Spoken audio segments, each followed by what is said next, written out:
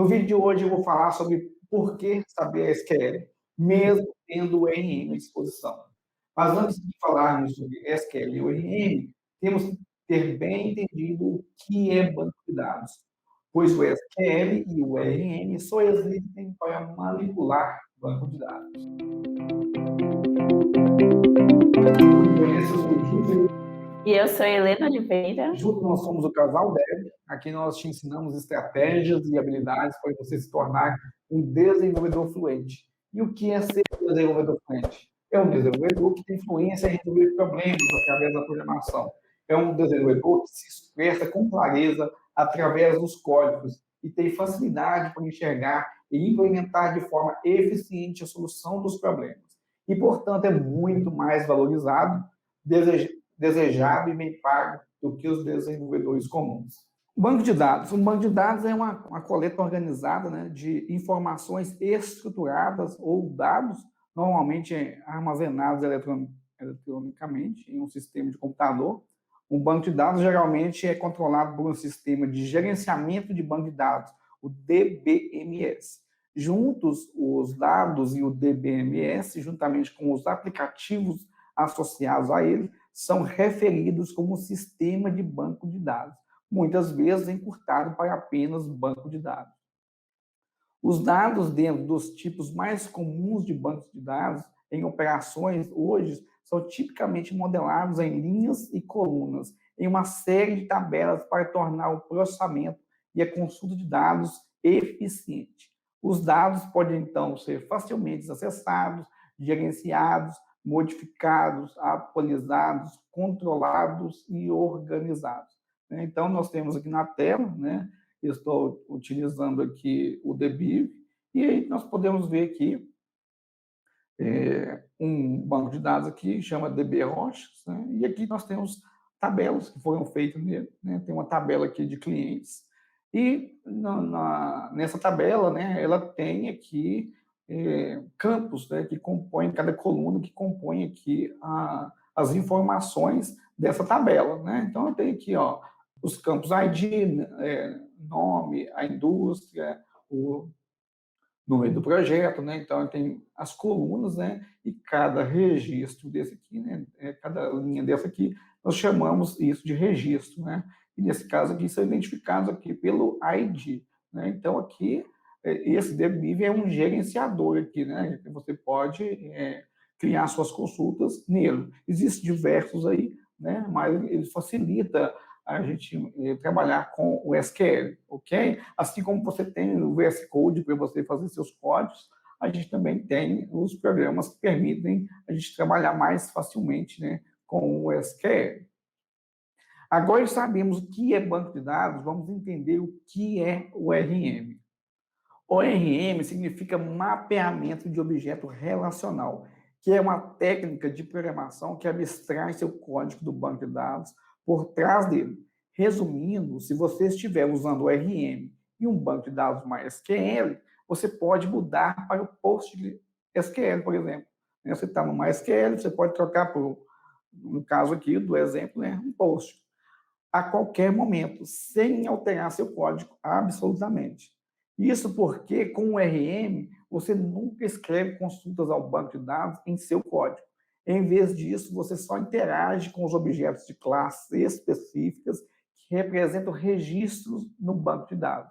Obviamente, em algum momento, alguém precisa fazer consultas reais ao banco de dados, mas não é você, né? É a classe ORM que faz isso por você, de forma que é completamente transparente.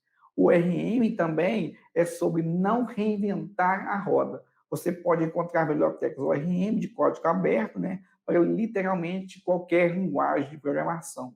Normalmente, essas bibliotecas fornecem algo como uma superclasse, né, objeto de banco de dados, e você cria outras classes herdando a partir disso. Você usará suas classes para representar seus dados. Por exemplo, quem trabalha com o Python tem o Django, e o Django tem seu próprio ORM, né, para você manipular essas informações. Você nem precisa criar tabela no seu banco de dados. Dependendo da biblioteca ORM, isso é tratado simplesmente olhando para as definições de objeto ou com migrações, né? Então, Se você está acostumado a trabalhar com o Django, você lá vai e faz sua classe lá. Não, esse exemplo que está na tela aqui, eu tenho uma tabela aqui chamada aplicações, né? E aí eu posso ter minha classe de aplicações. Você definiu cada campo dela, o ID, o tipo, né? Para esse exemplo aqui. E aí, lá no próprio Django, você faz lá o migration, o make migration, ele vai lá e cria essa tabela no banco de dados. Você não trabalhou diretamente com o SQL, que nesse caso você está trabalhando com o RM, ok? SQL. Por debaixo dos panos, todo RM usa SQL para operar o banco de dados. Inclui criação de banco de dados, exclusão, busca de linhas, modificação de linhas e etc. SQL é a linguagem de consulta estruturada, que é uma linguagem de computador para armazenar, manipular e recuperar dados armazenados em um banco de dados relacional. SQL é a linguagem padrão para sistema de banco de dados relacional. Todos os sistemas relacionais de gerenciamento de banco de dados, RDBMS, como MySQL, Oracle, PostgreSQL Server, existem outros, né? Usam o SQL como linguagem padrão de banco de dados. Né? Na nossa tela aqui, a gente já começou a ver aqui até um código, né, em SQL. Nós vamos ver mais aqui. E aqui eu trago para você alguns comandos em SQL. Né? O primeiro que nós estamos vendo aqui é os comandos para definição de dados. Né? Aqui a gente usa esse DDL aqui, que é a linguagem de definição de dados. E qual que é esse grupo de definição de dados? É onde você vai fazer o quê? A criação da tabela, alterar uma tabela ou apagar uma tabela, por exemplo. Então, nesse caso aqui, com o SQL, nós estamos fazendo o que aqui? Estamos criando aqui uma tabela itens, né? Na tabela itens aqui, né? Eu dei o comando aqui, é bem tranquilo, é bem direto aqui, né? Quando você acostuma com o SQL, então fica bem claro o que você quer fazer. Então, é create table itens, né? Estou criando aqui uma tabela chamada itens, que ela tem o quê? Ela tem os campos ID, nome do item, a descrição, a unidade, o fabricante, né? E eu estou definindo aqui que o ID é uma primary key, né?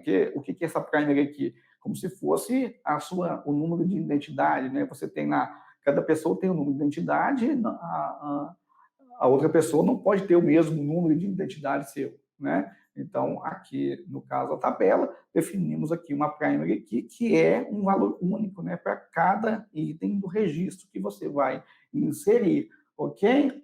Então, é bem tranquilo, né? Isso aqui você está definindo o tipo de dados, aqui você tem o varchar, né, que é o tipo de texto, aqui o ID está serializado, porque vai ficar 1, 2, 3, 4, né? Automaticamente ele já vai serializar isso, né? Isso aqui são os comandos básicos para você fazer a criação da tabela, ok? Agora, temos aqui também o alter. O alter vai fazer o quê? Eu não gostei desse nome item, eu quero esse nome item. Eu quero que chame ele somente nome, por exemplo. Então, o que eu vou fazer aqui? Eu vou pedir para dar o comando aqui para ele renomear o nome item. Então, altere a tabela itens e renomeie o quê? A coluna nome item para nome. Então, é bem direto, né? Alter table itens, rename column, nome item, to nome, né? Então, automaticamente, quando você dá esse comando, ele vai fazer essa alteração para você, ok? Quando você tem um gerenciador, por exemplo, igual o Debiver, você pode fazer até diretamente lá, né? Mas o mais recomendado é você fazer por comando, ok? Pode acontecer travamento, né? E você corromper os dados, se você fizer diretamente lá, por interface gráfica, por exemplo. Então, é melhor você utilizar os comandos. E aqui também eu tenho o drop. O drop vai fazer o quê? Vai apagar a tabela itens, né? Então, vai fazer o drop table itens. Só com essa linha, ele vai apagar a sua tabela, ok? Então, resumindo aqui, o que cada um faz? O create cria uma nova tabela, uma visão de uma tabela ou outro objeto do banco de dados. O alter modifica um objeto de banco de dados existente como uma tabela. E o drop exclui uma tabela inteira, uma visualização de uma tabela ou outros objetos do banco de dados. Ok? Aqui também eu tenho os comandos para manipulação dos dados, né? O DML é responsável, né, para a manipulação dos dados. E esses itens de manipulação aqui, né, os comandos de manipulação, eu tenho aqui o select, o insert, o update e o delete, né? O select recupera certos registros de uma ou mais tabela, o insert insere registros, o update modifica os registros e o delete apaga, né? Então aqui, eu quero selecionar, por exemplo, o ID, o nome, descrição, unidade, fabricante de qual tabela? Da tabela itens. Então, ele vai trazer um relatório para mim com esses itens. Eu quero inserir aqui um novo item, né? E aí eu passo lá o nome, a descrição, a unidade e o fabricante, dou Enter lá no comando e ele vai inserir isso na minha tabela, né? Temos também aqui o update, eu quero alterar, né? Eu quero alterar qual item? Essa aqui tem existe um comando a mais aqui, que é o where, porque eu estou atualizando qual registro da minha tabela, né?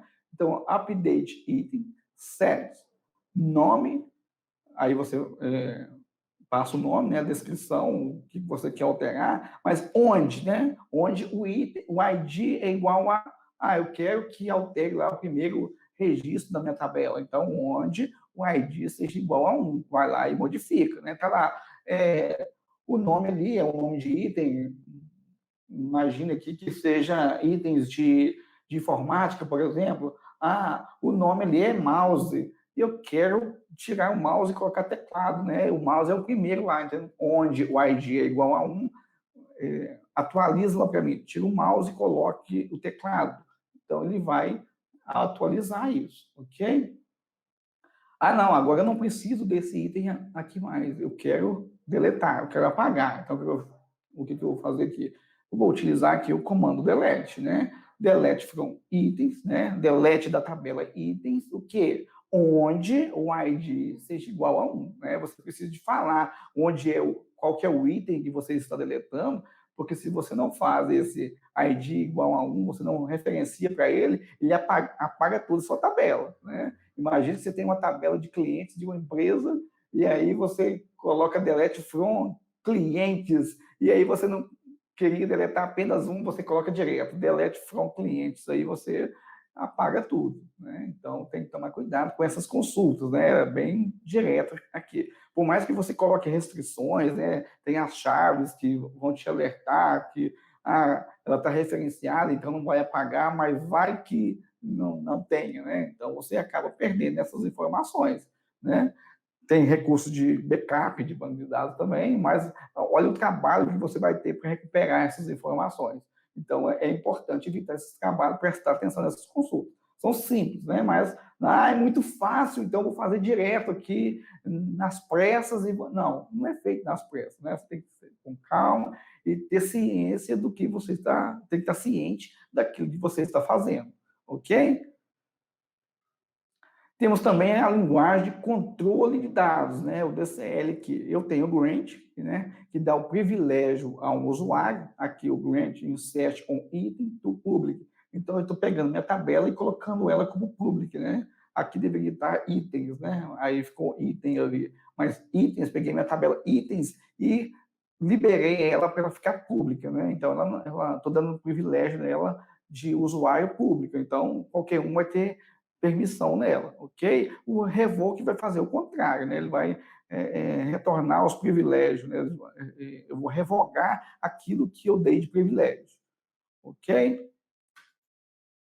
Agora que entendemos o que é SQL e o que é ORM, vamos fazer uma breve comparação entre os dois, né? Nós vamos comparar aqui o SQL, né, e o ORM. Vamos analisar as vantagens e desvantagens de usar cada um desses recursos. Benefícios dos ORMs. ORMs são populares por muitas razões. Eles ajudam a abstrair o domínio de dados subjacente a algo que é fácil de argumentar dentro do contexto do seu aplicativo.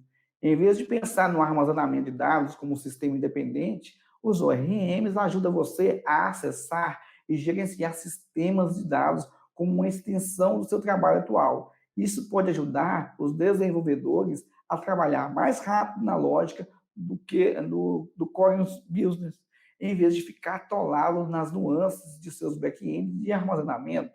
Outro efeito colateral disso é que os ORMs removem grande parte dos boilerplate necessários para interagir com o banco de dados. O que é boilerplate? É um termo muito utilizado para se referir a trechos de códigos que se repetem em todo o projeto, que não acrescentam muita coisa, mas mesmo assim não pode ser omitido. Os ORMs geralmente vêm com ferramentas de migração que ajudam você a gerenciar as alterações do esquema do banco de dados com base em alterações feitas em seu código. Você não precisa necessariamente descobrir o esquema perfeito do banco de dados. Se o seu ORM pode ajudar a gerenciar alterações na estrutura do banco de dados. Suas alterações de aplicativos e banco de dados são muitas vezes a mesma coisa ou intimamente relacionada, o que ajuda a rastrear alterações no seu banco de dados à medida que você faz a alteração do seu código. É como eu já tinha dito, né? Se você está no Django, já está acostumado a fazer isso. Você cria a sua classe ou você alterou lá um campo, né? Eu não quero esse campo aqui mais, quero alterar ele. O que você faz? Você vai lá, altera ele e migrate, o make migrate, né? Ele vai gerar o código do migrate, né? Das migrações, e aí você deu um migrate, o que ele vai fazer? Ele vai lá no seu banco de dados e vai fazer essas alterações, né? Você não precisa de fazer manualmente, você não vai precisar de utilizar o alter, né, lá do SQL que a gente viu. Automaticamente o RM vai fazer essa alteração para você, ok? Desvantagens dos ORMs. ORMs não são sem suas falhas, né? Não são só vantagens, tem suas falhas também, tem suas desvantagens. Em muitos casos, esses surgem das mesmas decisões que tornam os ORMs úteis. Um dos problemas fundamentais com os ORMs é a tentativa de ocultar os detalhes do back-end do banco de dados. Essa ofuscação facilita o trabalho com ORM em casos simples, ou em pequenas escalas de tempo, mas muitas vezes leva a problemas à medida que a complexidade cresce. A abstração nunca é 100% completa. E tentar usar um RM sem entender a linguagem de consulta subjacente ou a estrutura do banco de dados, muitas vezes leva a suposições problemáticas. Isso pode dificultar ou ser a sintonia de desempenho. Talvez o problema mais conhecido de trabalhar com RM seja a incompatibilidade de impedância objeto relacional, termo usado para descrever a dificuldade de traduzir entre a programação orientada a objeto e o paradigma relacional utilizado pelas bases de dados relacionais. A incompatibilidade entre os modelos de dados utilizados pode, por essas duas categorias de tecnologia, significa que é necessário uma abstração adicional e imperfeita a cada aumento de complexidade. A incompatibilidade de impedância objeto relacional tem sido chamada de Vietnã da ciência da computação, em referência à Guerra do Vietnã, devido à sua tendência a aumentar a complexidade ao longo do tempo e levar a situações onde os caminhos para o sucesso ou mudança de curso são difíceis ou impossíveis.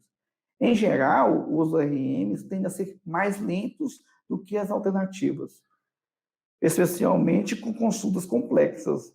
Os ORMs geralmente geram consultas complicadas para as operações de banco de dados relativamente simples, porque empregam padrões gerais que devem ser flexíveis o suficiente para lidar com outros casos. A dependência do ORM para fazer a coisa certa em todas as circunstâncias pode levar a erros dispendiosos que pode ser difícil de alcançar na frente. Resumo dos ORMs. ORMs podem ser abstrações úteis que facilitam muito o trabalho com o banco de dados. Eles podem ajudá-lo a projetar e interar rapidamente e fazer a ponte entre a lógica do aplicativo e as estruturas do banco de dados. No entanto, muitas dessas vantagens agem como uma espada de dois gumes. Ele pode impedir que você compreenda seus bancos de dados e pode torná-lo desafiador para depurar, mudar paradigmas e aumentar o desempenho, né? pode ver aqui que, por exemplo, para eu fazer tem um exemplo aqui na tela aqui, né, que foi feito aqui um filtro, né, filtrando aqui pelo tipo ORM, né, eu fui direto aqui trabalhando com a ideia da orientação ao objeto, né? Então, aqui, ó, categoria, aqui o nome da tabela, aplicações, ponto, objeto, ponto, filtro, e fui lá e filtrei aqui pelo tipo ORM, né? Depois eu quero pegar aqui as categorias, né? Ele vai varrer aqui essa tabela e mandar imprimir aqui as categorias, né? Se fosse no SQL, a gente utilizaria, no caso aqui, o select, né? Nós vamos ver aqui na outra tela com o select, esse mesmo exemplo aqui. Agora nós vamos ver aqui os benefícios da consulta nativa, né? O SQL. O uso de SQL ou outra língua nativa do banco de dados tem alguns benefícios claros.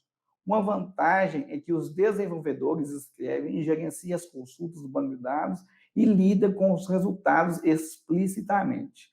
Embora isso pode ser um monte de trabalho adicional, isso significa que há poucas surpresas em termos do que o banco de dados está armazenando, como ele está representando seus dados e como ele fornecerá esses dados quando eles forem recuperados mais tarde.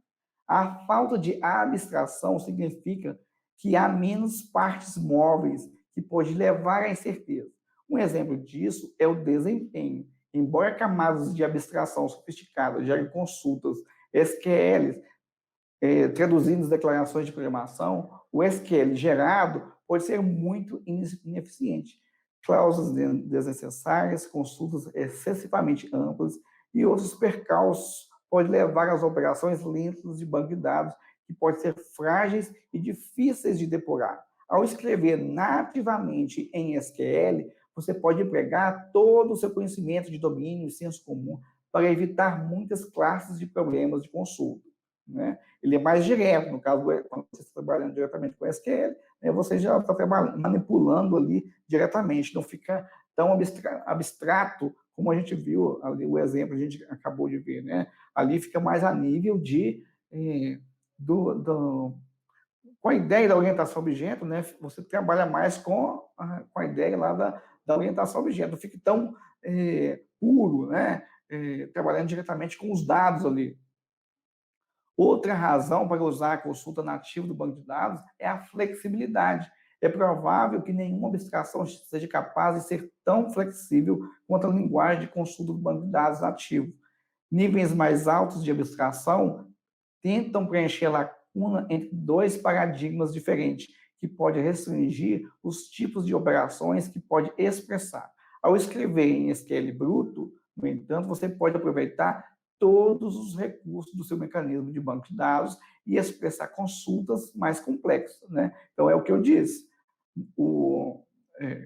Entre trabalhar com o RM e trabalhar com o SQL puro, né? Você fica mais fácil de manipular consultas mais complexas com ele, né? Porque você está trabalhando diretamente ali com os dados, ok?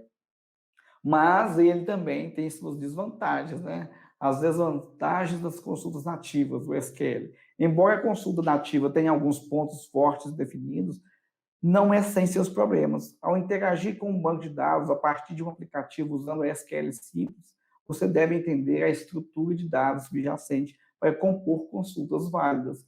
Você é completamente responsável por traduzir entre os tipos de dados e estruturas que seu aplicativo emprega e as construções disponíveis do sistema de banco de dados. Outra coisa é ter em mente ao trabalhar com SQL bruto é que cabe inteiramente a você gerenciar a segurança de sua entrada. Isso é especialmente verdade se você estiver armazenando dados fornecidos por usuários externos, onde a entrada especialmente criada poderia induzir seu banco de dados a expor informações que você não tinha intenção de permitir. Esse tipo de exploração é chamado de injeção SQL e é um problema potencial sempre que a entrada do usuário pode afetar o estado do banco de dados. Ferramentas de abstração mais altas geralmente higienizam a entrada do usuário automaticamente, ajudando você a evitar essa classe de problema. Trabalhar com línguas de consultas nativas quase sempre significa compor consultas com strings regulares.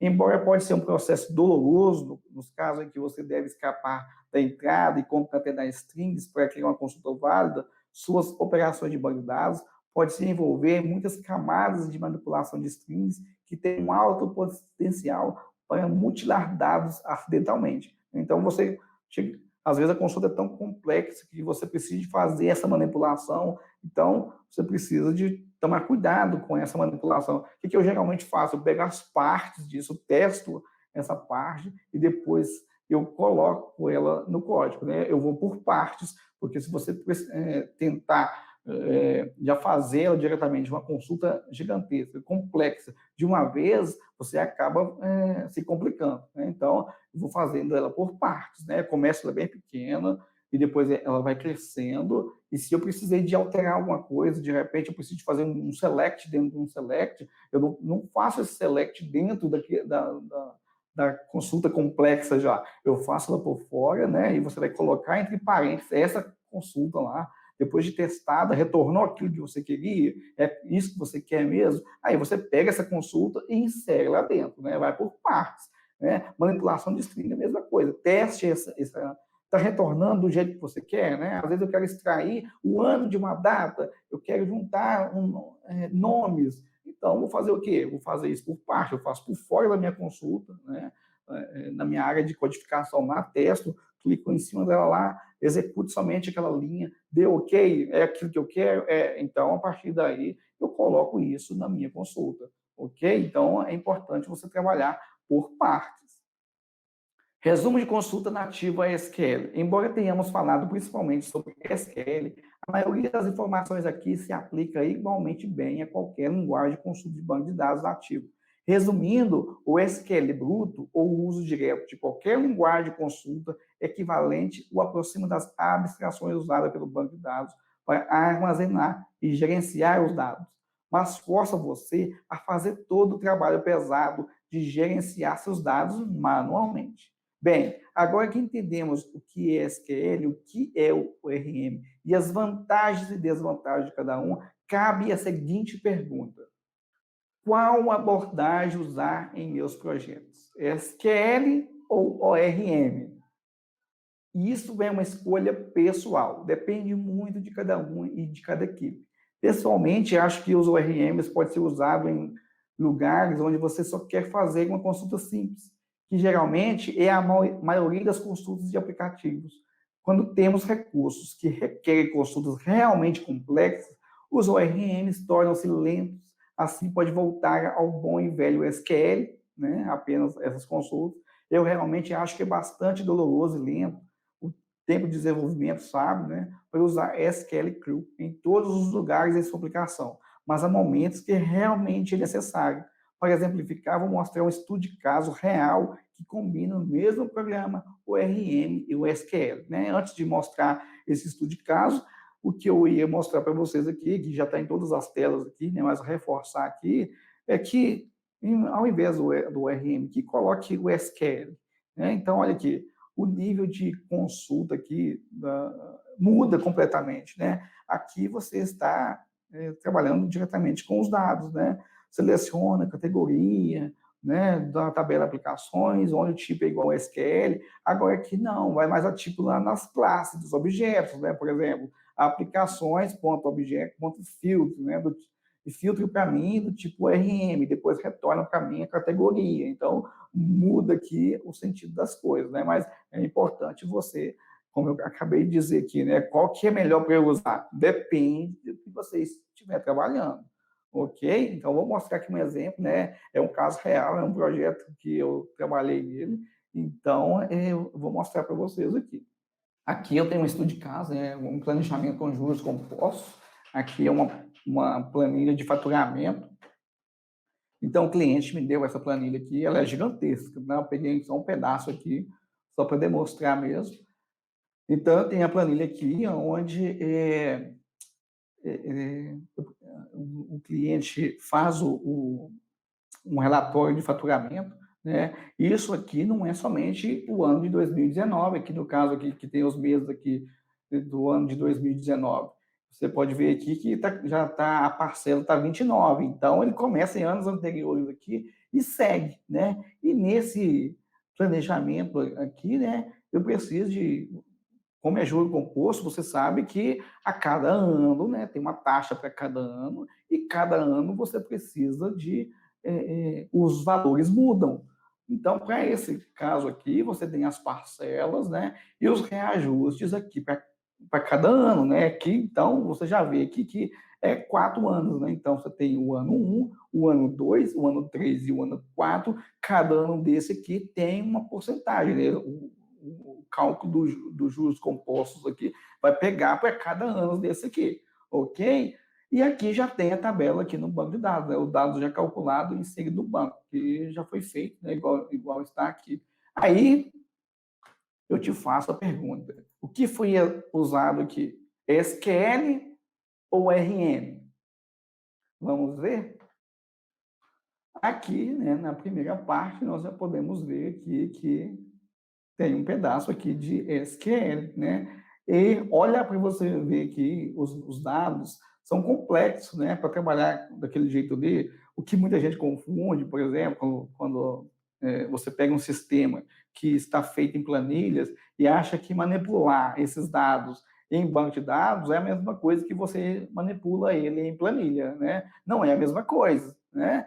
E está aí uma das vantagens de você utilizar o banco de dados, dependendo do tipo de dados. Então, claro, você tem vários tipos de banco de dados, no SQL você tem os bancos de dados relacional, né? Então, nesse caso aqui, que são informações com dados relacionais, isso aqui você tem que trabalhar com um banco de dados, não é planilha que vai resolver isso aqui, ok? Então, no caso, como ele já tinha uma estrutura lá, o cliente pediu desse jeito, o cliente pediu dessa maneira aqui, né? Então, vamos retornar os dados dessa maneira aqui, né? Aí, para isso, o bom e velho ORM,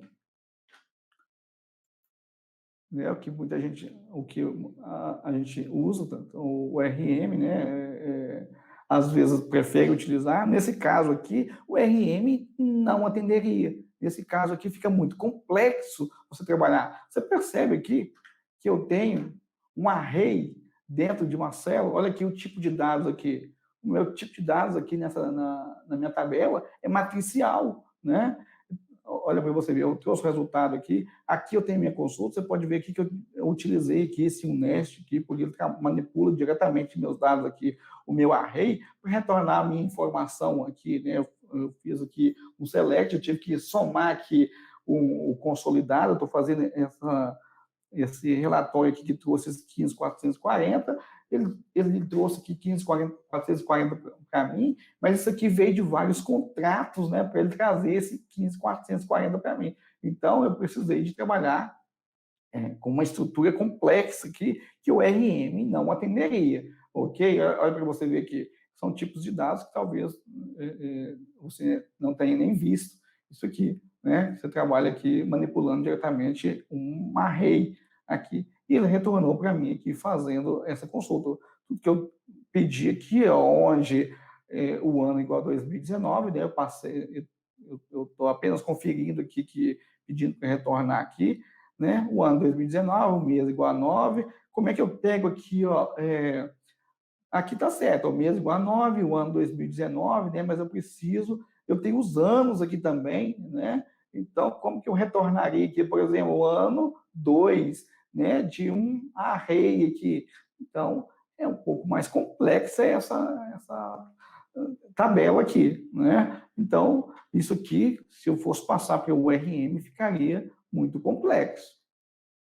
Avançando aqui, ó, um outro caso aqui de utilizar o SQL puro é no caso de eu quero retornar a minha planilha, os meus dados, já no formato, né, já nesse formato, igual lá na minha planilha, né? Então, você pode verificar aqui que esses dados estão iguais a esse, né? Não confunda aqui essa primeira linha aqui, porque essa primeira linha aqui é das parcelas, né? Nessa tabela aqui, o que acontece aqui? Eu importei apenas os valores das parcelas e automaticamente o sistema já calcula todo o reajuste através da fórmula de juros compostos, né? Entra até um outro item aqui, né, que muita gente pergunta, tem que saber matemática para programar? Se você pega um sistema complexo desse aqui, você precisa de saber matemática, né? Nesse caso aqui, eu tive que entender aqui de juros compostos para montar esses dados dessa maneira aqui, ok? Então, avançando aqui, olha para você ver. Como eu estou trabalhando nesse caso aqui, eu estou trabalhando com o Postgre, né? Então ele tem um recurso que chama CrossTab. No MySQL você tem o pivô, né, que faz isso aqui, faz de maneira até mais fácil, né? Mas no caso aqui, como o meu banco de dados é Postgre, então eu tive que utilizar aqui o CrossTab para ele fazer essa inversão dos meus dados, né? Os meus dados lá nativamente tá nesse formato aqui na tabela, né? Tá desse jeito aqui, né? Olha aqui, ó, em colunas, e automaticamente, né, quando eu coloco, fiz aquela consulta, os meus dados, olha aqui, ó, 8.826, 8.826, 15.440, 15.440, 11 e 88 aqui, 11, 88 e 39 aqui, o zero aqui, né? Então, para trazer as informações nesse formato, então eu utilizei aqui de uma consulta dessa maneira aqui, ok? Então, ó, o where está aí, né? Então, algumas coisas que a gente já até viu aqui, né? É de primeira que você faz uma consulta dessa aqui também, você fala assim, não, SQL é difícil demais, não aguento o SQL, mas é de primeira que você faz aqui, não, você começa primeiro fazendo lá um select, né? Trouxe alguns dados, avança, agora eu quero filtrar por isso. Então, você vai avançando passo a passo, né? Não precisa de ficar com medo aqui do nosso SQL também. Okay? Então, aqui, né, já está no Django, né? E aqui foi feito aqui. Aí, para você ver aqui, quando utilizar o SQL e quando utilizar o RM, nesse caso aqui, essa consulta que eu acabei de mostrar para vocês, ela está aqui, ó. Eu utilizei SQL. Aqui, está passando os argumentos aqui, ele vai varrendo aqui, passando os parâmetros aqui para ir calculando, mas olha quem está aqui fazendo o update. Eu não mostrei para vocês o update lá com a linguagem SQL, né, para atualizar um campo, eu poderia ter utilizado ele aqui. Não, mas nesse caso aqui, eu queria atualizar só a coluna de reajuste consolidado. Qual que é essa coluna? Essa coluna aqui, ó, depois dos dados calculados, ele devolve aqui, essa coluna fica branca, vazia a primeira vez, né? Depois que ele calcula, ele devolve os dados aqui consolidados, os dados calculados, né? Porque depois ele vai gerar um relatório, né, para mostrar no cliente, no front-end, né? Ele está até aqui abaixo que mostrar para vocês. Então, para eu devolver aqui, eu só queria atualizar uma coluna, por que eu vou trabalhar aqui com o SQL diretamente? Aqui, nesse caso, eu passei o RM, ok? Ó, o update, né? Então, ó, não tinha lá, atualize o campo onde. Aqui, nesse caso, o onde está definido como, ó, onde o ano é igual a R ano, né? Que eu estou passando dessa consulta aqui, eu estou, percebe que essa função aqui, ela está aqui, né? Eu estou passando o parâmetro para ela, ano igual a ano, né? Mês igual a R mês, ano reajuste igual a ano reajuste, projeto igual a projeto, ele vai lá, varre aquela tabela, ele varre a tabela aqui, ó, e ele tem que pegar o ano, o mês, né, e o projeto aqui, e ver qual linha que ele vai inserir aqui o reajuste consolidado, ok? Então, para ele saber qual linha que ele coloca os dados aqui, o que eu faço aqui? Eu venho aqui, ó, pego os parâmetros, ó, o ano está ok? Tá, é o ano que eu quero? O mês é o mês que eu quero? O ano de reajuste é esse? Então, e o projeto é esse? Então eu posso atualizar. Vai lá e calcula, né? O cálculo não está aqui, né? Dos juros compostos, o segredo, né? Não está aqui. Ele pega aqui e atualiza o reajuste consolidado aqui, né? Faz o update. Então, percebe que em momentos eu utilizo dentro do mesmo, olha para você, perto um do outro, duas funções pertinho uma da outra aqui. Olha aqui uma outra aqui, ó. Eu quero, nesse caso aqui, varrer todos os reajustes. Eu quero varrer ele para ele ir comparando, né? Eu tinha que pegar lá, ó, todos os reajustes e varrendo aqui, ó. Compara aqui, ano, mês, o projeto e tal. Então, tinha que ir um por um. Então, ao invés de fazer lá, select, todos from, né? Você pode colocar o asterístico, né? From, reajuste, né? Então, eu coloquei aqui com uma linha o ORM, né? E onde eu precisei aqui, que é mais complexo, que eu tinha que utilizar aqui o NEST, né? A minha tabela é composta de matrizes, né? Você viu lá os arrays com as informações, então é uma consulta mais complexa. Então, eu utilizei o SQL, né? Então, bom, nós vimos que os ORMs vieram para facilitar a nossa vida, mas não podemos esquecer do bom e velho SQL, pois há casos em que o SQL, é a melhor solução, ok? Tudo isso que nós falamos hoje é um pedacinho do que você precisa saber para se tornar um desenvolvedor fluente.